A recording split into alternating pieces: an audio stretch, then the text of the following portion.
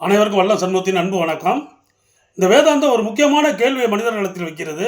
அது என்னவென்றால், இந்த ஆத்மா இந்த சரீரத்தை விட்டு போய்விட்டால், பிரிந்து சென்று விட்டால் இந்த சரீரத்திற்கு என்ன ஆகும் என்ற ஒரு கேள்வியை கேட்கிறது. அவ்வளவுதான். சக்தியற்று போய்விடும். உயிர் கிடையாது, சக்தி கிடையாது, அது பிணம்தான். இந்த ஒரு விஷயத்தை தான் நீங்கள் ஆராய வேண்டும் என்று வேதாந்தம் கூறுகிறது. இந்த உடலில் உள்ள இந்த ஆத்மா யார்? இது எங்கு சென்று பரமாத்மாவை சேர வேண்டும்? அதை எப்படி சேர வேண்டும்?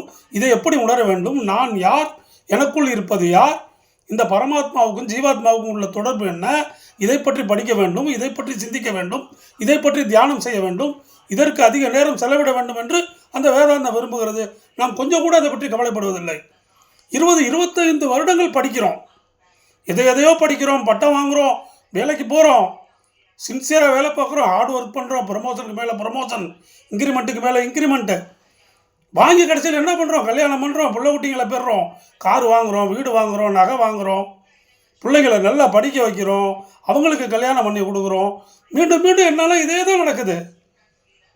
ஈவன் நிறைய பக்தி இருக்குது உலகத்தில். நிறைய மக்கள், 90% மக்கள் பக்தியில். ஆனால் என்ன போய் கேட்குறாங்கன்னா, எனக்கு இதை கொடு, அதை கொடு, இந்த சௌகரியத்தை கொடு, காரை கொடு, பங்களா கொடு, ஆரோக்கியத்தை கொடு, எல்லாத்தையும் இவனே ஆரோக்கியத்தை கெடுத்துட்டு அங்கே போய் கேட்டுட்ருப்போம். யாராவது இந்த ஆத்மா அந்த பரமாத்மாவை நாடி செல்ல வேண்டும் என்று பிரார்த்தனை வைக்கின்ற ஆள்கள் இருக்கிறார்களா?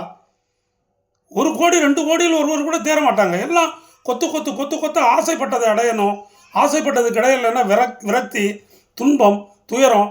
ஆகையினால பாவத்தை செய்வது, புண்ணியத்தை செய்வது, இந்த புண்ணிய பாவத்தை அனுபவிக்க பிறவி எடுப்பது, பிறவி எடுத்து மடிந்து இப்படியே தான் போய் கொண்டிருக்கிறதே தவிர, இந்த உடலில் தங்கி இருக்கிறது, இருதய குகையில் தங்கி இருக்கிறது, ஆத்ம பிரகாசமாக இருக்கிறது, அந்த ஆத்மாவை பரமாத்மாவோடு கொண்டு சேர்க்க வேண்டும் என்று எந்த முயற்சியாவது செய்கிறோமா?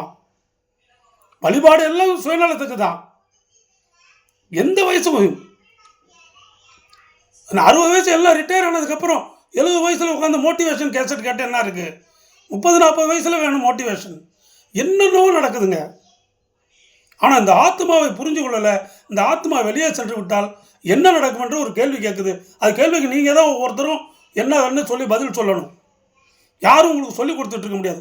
5000-10,000 ஆண்டுகளாக மிகப்பெரிய சித்தர்கள்லாம் சொல்லியும் நம்ம யாரும் கிடைக்கல. கொத்த கோடியாக ஒன்றும் தெரியாமே தான் மடிஞ்சு போகிறாங்க. இந்த ஆத்மா உடலை விட்டால் இந்த உடலுக்கு என்ன ஆகும் என்று சிந்தியுங்கள் என்று சொல்லுகிறது. இதனுடைய உண்மையான பொருள் என்றால், இந்த ஆத்மாவை தெரிந்து கொண்டு இந்த ஆத்மாவை பரமாத்மாவிடம் கொண்டு சேர், அப்படி என்பதுதான் அதனுடைய கட்டளை. வணக்கம்.